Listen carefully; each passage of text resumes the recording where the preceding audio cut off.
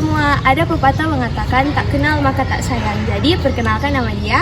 Nama saya Virginia Adam. Dan nama dia, nama saya Greina Tatalede. Tunggu. Nama saya Gloria Forayo. Mau ngapain sih? Kamu nanya? Kamu bertanya-tanya? Kamu penasaran ya? Kita lagi ngapain ya? Ya. Oke. Jadi pada video kali ini kami akan membahas mengenai peran bangsa Indonesia dalam upaya perdamaian dunia. Ya. Salah satu tujuan nasional Indonesia sebagaimana tercantum dalam alinea keempat Undang-Undang Dasar Negara Republik Indonesia tahun 1945 adalah ikut melaksanakan ketertiban dunia yang berdasarkan kemerdekaan, perdamaian abadi, dan keadilan sosial. Salah satu konsekuensi dari tujuan tersebut adalah bangsa Indonesia harus senantiasa berperan serta dalam menciptakan perdamaian dunia. Di sini pula terletak fundamental dari politik luar negeri Republik Indonesia sebagai politik bebas dan aktif. Politik bebas dan aktif maksudnya Indonesia bebas untuk menjalin kerjasama dengan negara manapun serta turut aktif dalam organisasi internasional untuk bekerja sama dan menjaga perdamaian dunia. Sebagai wujud dari politik luar negeri, Indonesia bebas aktif. Berikut beberapa peran Indonesia dalam menjaga perdamaian dunia, diantaranya Konferensi Asia Afrika, Deklarasi Juanda, dan ASEAN.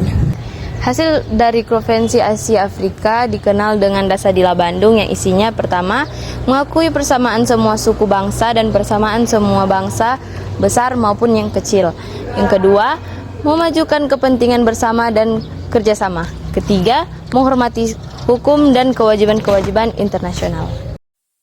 Deklarasi Juanda. Tahukah kamu bahwa dahulu wilayah Indonesia diperjuangkan sedemikian rupa di kancah internasional supaya Indonesia memiliki kedaulatan atas seluruh wilayah perairan dan pulau-pulaunya?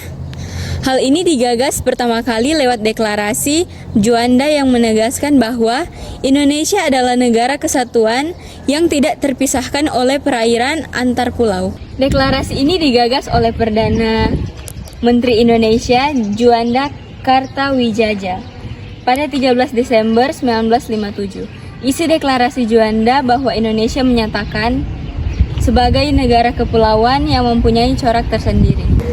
Keutuhan wilayah Indonesia dari deklarasi tersebut mengandung suatu tujuan. Yang pertama, untuk mewujudkan bentuk wilayah kesatuan Republik Indonesia yang utuh dan bulat. Yang kedua, untuk menentukan batas-batas wilayah NKRI sesuai dengan asas negara kepulauan.